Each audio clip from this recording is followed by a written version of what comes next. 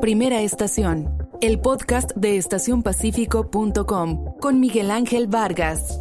Es traído a ustedes por La Marina, va con tu estilo, Cervecería de Colima, nos gusta mucho ser de aquí, y Kiosco, celebremos lo nuestro. Noticias, entrevistas, análisis, opinión, todo lo que necesitas saber para comenzar tu día en Colima. Primera estación, el podcast de estacionpacífico.com con Miguel Ángel Vargas. Comenzamos. Hola, muy buenas tardes. Les saluda Miguel Ángel Vargas. Estamos transmitiendo desde el estudio Estación Pacífico en la tierra favorita del sol, aquí en Colima capital. Es lunes 6 de abril del 2020 y transmitimos para todo el estado de Colima y para cualquier lugar en el que interese lo que aquí sucede. Seguimos con mucha seriedad en este esfuerzo, buscando ser útiles para todos ustedes en esta compleja situación de salud pública, en esta pandemia que estamos padeciendo, no solamente obviamente en el estado de Colima, sino a nivel nacional y a nivel global por el COVID-19. Todo el esfuerzo de Estación Pacífico en general, de Primera Estación, el podcast de estacionpacífico.com va enfocado, encaminado a este objetivo de ser útiles, de aportarles elementos para que como sociedad tomemos mejores decisiones que permitan ponerle un freno a esta pandemia lo más pronto posible. Antes de comenzar con la información a profundidad, algunos números rápidos sobre la pandemia. Hasta el momento en Colima se tiene registro de 4 casos confirmados de COVID-19, 2 de ellos ya recuperados, 14 casos todavía bajo análisis como sospechosos y 39 casos negativos. A nivel nacional llegamos a 94 defunciones, 2.143 casos confirmados, más de 5.200 casos sospechosos, datos de el día de ayer, domingo, corte a las 19 horas, datos de la Secretaría de Salud Federal. A nivel global, más de 1.2 millones de casos confirmados, más de 70,000 fallecidos en todo el mundo. Con estos números y con mucha información que compartir, comenzamos.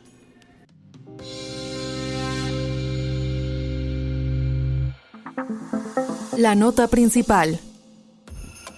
¿Y cuál es el tema más importante a actualizar? Seguramente ustedes ya lo escucharon y discutieron, porque lo escucharon en todos lados, lo presentado por el presidente Andrés Manuel López Obrador la tarde de ayer domingo en Palacio Nacional, una serie de acciones que forman parte de un plan emergente de reactivación económica para hacer frente a la crisis, a la pérdida de empleos generada por esta pandemia del COVID-19. El mandatario federal indicó que van a invertir 25,000 millones de pesos para la introducción de agua potable, drenaje, pavimento y la construcción y mejoramiento de 50,000 viviendas en zonas marginadas de 50 municipios del país, lo que esperan que pueda generar 228,000 empleos directos. Dijo también que se van a otorgar 2.1 millones de créditos personales de vivienda y para pequeñas empresas familiares del sector formal e informal de la economía. Otra de las acciones será bajar sueldos de altos funcionarios públicos y la eliminación de aguinaldos. Se va a intensificar también la enajenación de bienes al crimen y continuarán con las subastas y rifas.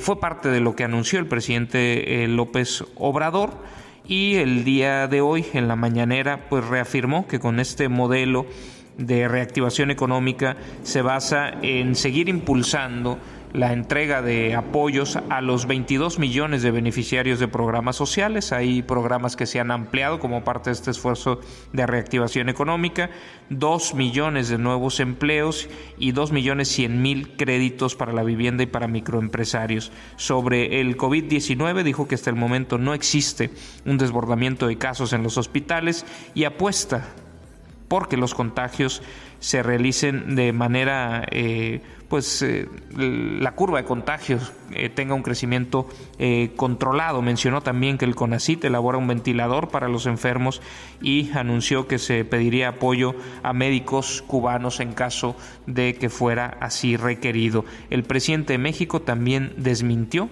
que vaya a haber cambios en su gabinete y se dijo tranquilo al respecto sobre la cohesión de su gabinete, de su equipo de trabajo. Escuchemos parte de lo que dijo el mandatario federal este lunes sobre los rumores que han circulado de una supuesta renuncia del titular de la Secretaría de Hacienda y Crédito Público, que también esas mismas versiones después indicaron que no había sido aceptada. Pues él desmintió de esta manera. No hay cambios. Sí, estoy muy tranquilo. Y estamos trabajando más de lo acostumbrado. Estamos aplicados. Tuvimos el trabajo el sábado, trabajamos el domingo. Se reunió el gabinete ampliado el domingo, ayer.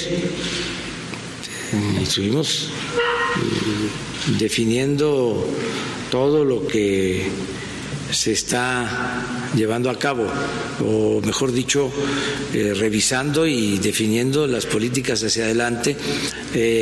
Hablé con ellos primero sobre lo que iba yo a expresar, les pedí su consentimiento acerca del anuncio de que iba a haber disminución de sueldos y que no iba a haber aguinaldo para los altos funcionarios públicos y de todas las medidas. Y es un equipo.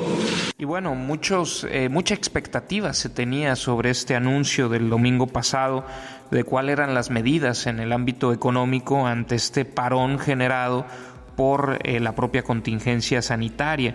Dijo el presidente López Obrador, y permítanme retomar algunos de los elementos de este plan, que se va a apoyar pues a los más pobres, a los más vulnerables, que lo primero que se hizo fue adelantar 4 meses el pago de la pensión para 8 millones de adultos mayores a través de bancos y a través de la entrega personal de 42,000 millones de pesos. También se comprometió a la creación de 2 millones de nuevos empleos en 9 meses con el impulso de obra pública en los sectores que ya informamos, la inversión de 25,000 millones de pesos adicionales para la introducción de agua potable, drenaje, pavimento y, como les decíamos, también el mejoramiento y construcción de viviendas en zonas marginadas, los más de 2 millones de créditos personales para vivienda y para empresas familiares de los sectores formal e informal, que también se va a devolver con prontitud el IVA a los contribuyentes, que se va a seguir con la misma política de liberar recursos porque va a continuar incluso con mayor rigor, dijo López Obrador, el plan de austeridad republicana, esto que ya mencionábamos que seguramente va a ser muy polémico, no solamente el que se bajen sueldos de altos funcionarios, pues puede ser una medida popular, pero el asegurar que se les va a quitar el aguinaldo, pues me parece que el Estado mexicano no puede sugerir violentar la propia Ley Federal del Trabajo. Es una prestación que tienen garantizada por ley todos los trabajadores, apartado A y apartado B, así es que me parece que esto pues se prestará para una discusión y, como una buena amiga decía en sus redes sociales, pudiera ser un buscapié que pone López Obrador para que la opinión pública de alguna manera se entretenga con esta discusión. No me parece lo más profundo del asunto, puede ser un ahorro, pero también hay que pensar que los servidores públicos son trabajadores que tienen derechos como tal, ¿no?, garantizados en la propia Ley Federal del Trabajo. También habló pues de lo que ya les decíamos, la enajenación de bienes del crimen organizado, incautados al crimen organizado, y que no habrá despido de los trabajadores del Estado en ningún nivel, pero que se les va a pedir más austeridad, más espíritu de servicio, más compromiso. Que la próxima semana se va a dar a conocer un programa detallado de inversión pública, privada y social para el sector energético con un monto aproximado de 339,000 millones de pesos, y otros de los factores de apoyo a la economía es que no van a aumentar los precios de las gasolinas, pues sería complicado que aumentaran con el precio del barril del petróleo por los suelos, pero bueno, lo hace como uno de sus planteamientos económicos, y que se van a otorgar se han otorgado más de 356,000 créditos a pequeños negocios familiares con el programa de tandas para el bienestar, y se van a agregar 450,000 tandas más en lo que resta del año. Fue parte de lo que dijo el presidente de México, además de la contratación de 45,000 médicos, el continuar con apoyos adicionales para mejoramientos en las escuelas en 31,000 planteles escolares, que se va a buscar reclutar 31,000 elementos nuevos para el Ejército, la Marina y la Guardia Nacional, y un fondo de 35,000 millones de pesos del ISSSTE para créditos personales de entre 20 y 56,000 pesos por créditos para 670,000 trabajadores, 177,000 millones de pesos para créditos a vivienda en 9 meses a través de FOBISSSTE e Infonavit en beneficio de más de 440,000 trabajadores. Y otro de los temas que pudiera generar cierta polémica es que el tiempo oficial, los tiempos del Estado mexicano dedicado a la publicidad del gobierno, se le va a regresar a los medios de comunicación, a las televisoras y a las radiodifusoras. Esto, pues algunos podrán decir que son los únicos planteamientos concretos como a las empresas de la economía formal, esto y los créditos, ¿no? Que son microcréditos. Pero también pudiera ser cuestionable, ¿Por qué este trato a este sector y no a todos, ¿no? Porque eso es radio y televisión. No, para empezar, yo pienso las páginas web, ¿qué onda, no? ¿Qué tipo de tratamiento en cuanto a apoyo al sector de las comunicaciones que creo que es clave que se mantenga funcionando durante la crisis? Pero bueno, es parte de lo anunciado, que se seguirá la construcción del aeropuerto de Santa Lucía, de la refinería de Dos Bocas y del Tren Maya, que este año en los 5 tramos que comprenden 1,043 kilómetros de construcción del Tren Maya se van a generar 80,000 empleos, que habrá una derrama económica de 35,000 millones de pesos en los estados del sureste, que Pemex tendrá recursos extra por 65,000 millones de pesos y que esto se va a financiar sin aumentar impuestos ni decretar gasolinazos, que se va a recurrir a utilizar los ahorros del Fondo de Estabilización de los Ingresos Presupuestarios.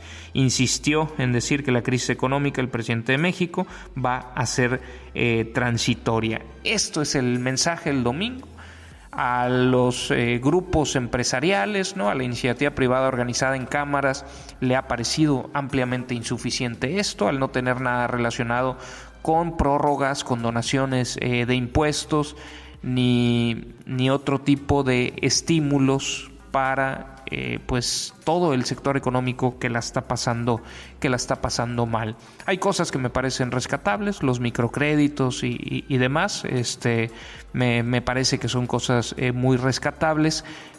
Entiendo los cuestionamientos que se hacen a que se continúen con proyectos de infraestructura en cosas que pudieran no ser prioritarias en este momento en donde se están cancelando las actividades no esenciales. Hablo específicamente del Tren Maya, ¿no? Un proyecto turístico con cuestionamientos medioambientales y demás. Y me parece que, como he dicho aquí, el presidente de México de alguna manera está pensando más en las grandes empresas cuando hace estos planteamientos de política económica ante una inminente recesión, como pues invitando a que sigan contribuyendo, pero lo que pudiera no estar viendo es que la realidad económica de la falta de liquidez puede afectar ampliamente a sectores amplísimos de todas las unidades económicas que conforman la economía nacional, todas las empresas, que el 81% de la fuerza laboral de nuestro país está en pequeñas y medianas empresas, y estos problemas de liquidez que pueden enfrentar, más allá de cuál sea la actitud de la autoridad fiscal en nuestro país y del gobierno de México, la realidad económica se puede imponer en que los que no tengamos liquidez, pues que no paguemos, y no tengamos acceso al crédito, que no paguemos impuestos, y que si tenemos que destinarle lo poco que tengamos las empresas a el pago de impuestos, pues quizás quienes terminan siendo perjudicados son la fuerza laboral que acompaña a estas empresas, cuando algunas de las medidas que está buscando implementar el gobierno López Obradorista van precisamente buscando proteger a la fuerza laboral sobre las empresas. Me parece que esto es factible que reciba ajustes, adiciones, cambios, modificaciones en las próximas semanas conforme se vaya conociendo la magnitud de esta crisis. Y bueno, insisto, al final la realidad económica será percibida y no podrá el gobierno voltear hacia otro lado en estos temas que hemos estado planteando, aunque también pues hay que reconocer las partes positivas de estos créditos, por ejemplo, que se otorgan sobre todo a las microempresas, pues a las empresas familiares, tanto en el sector formal como informal. Ojalá se tenga la habilidad logística para esto, echarlo a andar rápido, para que se tenga también la disponibilidad financiera para que sean una realidad estos microcréditos, pero evidentemente no podrán abarcar a toda la economía de nuestro país, y ya veremos pues qué tan profunda es esta crisis y cómo salimos de ella y cómo reacciona el gobierno ante ella. Me parece que no es la última palabra lo que se dijo el pasado domingo.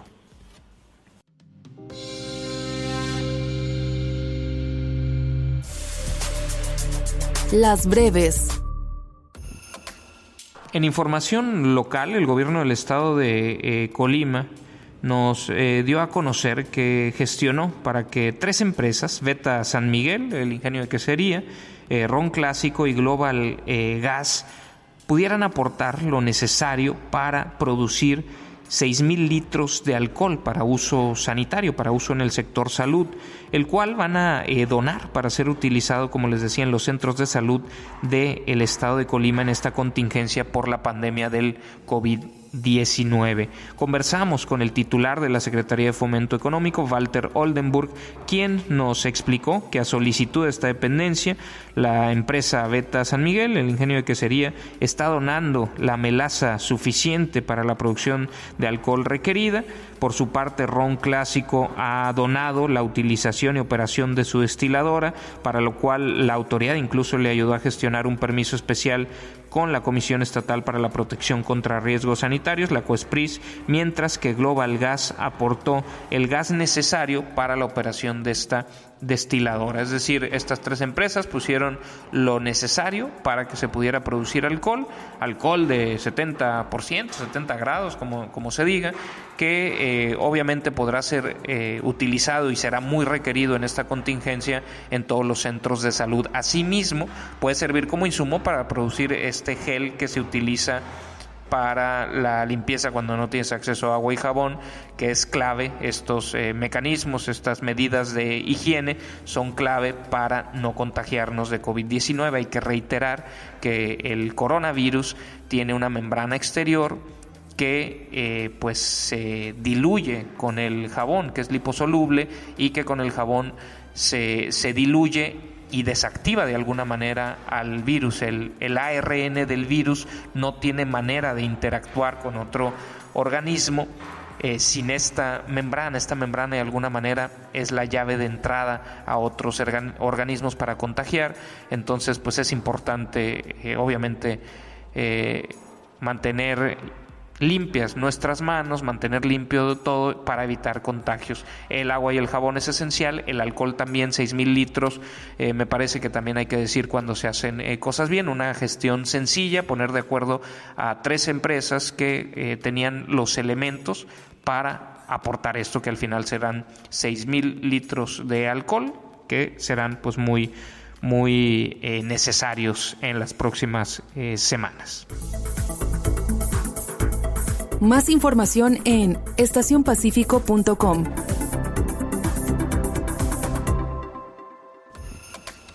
Siguiendo con información local, la delegada del Gobierno de México en el estado de Colima, Indira Vizcaíno, dio a conocer que 54,207 adultos de 68 años y más recibieron la pensión que el gobierno federal entrega a adultos mayores, la cual en esta ocasión fue de 5,240 pesos, correspondientes a los bimestres de marzo y abril y mayo-junio, es decir, se les está ya entregando marzo-abril, que es el bimestre en curso, y también el siguiente bimestre, esto con el objetivo de que este sector de la población no salga de sus casas, como es la indicación que tienen del sector salud por esta crisis sanitaria. La funcionaria federal detalló que los apoyos asignados representan más de 284 millones de pesos que han sido distribuidos en la entidad, los cuales se terminaron de entregar el pasado viernes. De los 54,000 adultos mayores beneficiados, a 35,000 se les entregaron de forma bancaria, mientras que 13,706 recibieron los recursos en las mesas de atención instaladas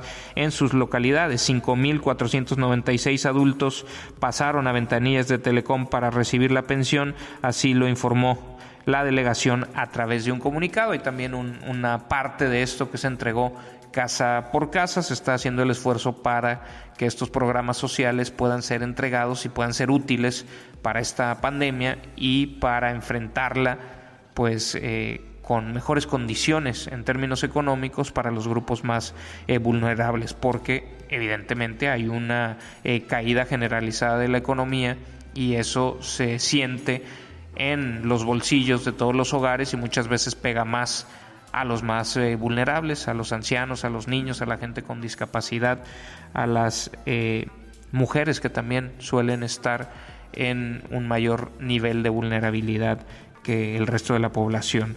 Pero bueno, hasta ahí dejamos este tema.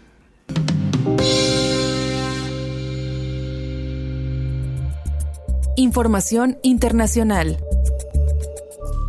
Y en información internacional, luego de que Boris Johnson, primer ministro británico, fuera diagnosticado el 27 de marzo pasado como contagiado, caso confirmado de COVID-19, 10 días después, el domingo pasado, fue hospitalizado en la capital de Inglaterra y este lunes, hace algunas horas, fue ingresado en una unidad de cuidados intensivos, de terapia intensiva, tras un agravamiento de su condición de salud. Durante el curso de esta tarde, la condición del primer ministro ha empeorado y, siguiendo los consejos de su equipo médico, ha sido trasladado a una unidad de cuidados intensivos, de terapia intensiva en el hospital en el que se encuentra ingresado. Así lo explicó un portavoz del Ejecutivo británico a la agencia Reuters. Son declaraciones publicadas por la agencia Reuters. También Reuters explica que el primer ministro, quien tiene 55 años de edad, ha pedido al ministro de Exteriores, a Dominic Raab, que es el primer secretario de Estado, que actúe en su nombre cuando sea necesario. Es decir, el gobierno sigue funcionando a pesar de la condición de salud del primer ministro. Las decisiones están en manos de este secretario, pues el ministro de Exteriores de Reino Unido. Y en otra información internacional, la ciudad de Nueva York, un punto caliente en este país que es el epicentro del COVID-19, de esta pandemia, en este momento es el epicentro, Estados Unidos, plantea hacer entierros temporales, excavando zanjas en parques ante el creciente número de fallecidos a causa de esta pandemia que amenaza con desbordar tanto las morgues establecidas como a las morgues móviles de emergencia, según han explicado las autoridades. El concejal Adam Levine dijo en su cuenta de Twitter que pronto se harán entierros temporales utilizando un parque de la ciudad de Nueva York para sepulturas, en el que se van a excavar zanjas para 10 ataúdes en línea de forma digna, ordenada y temporal. Una posibilidad que confirmó una hora después el alcalde Bill de Blasio en una rueda de prensa. Así están las cosas. El número de cadáveres de personas fallecidas en esta crisis del COVID-19 se están acumulando, es equivalente a que sucediera un 11 de septiembre, dijo este concejal. Así es que pues están buscando alternativas. Ese es el nivel de la gravedad de lo que se está viviendo en algunos de los puntos de nuestro planeta, principalmente pues la costa este de los Estados Unidos, Europa occidental y bueno, lo que se vivió inicialmente en Asia. Así están las cosas, esa es la realidad mundial que estamos viviendo. Y bueno, con esta información internacional terminamos el episodio de hoy. A nombre de todo el equipo de Estación Pacífico, yo les agradezco su compañía y me despido. Soy Miguel Ángel Vargas y les deseo el lunes y el arranque de semana que ustedes se merecen. La Marina va con tu estilo. Cervecería de Colima, nos gusta mucho ser de aquí. Y Kiosco, celebremos lo nuestro. Presentaron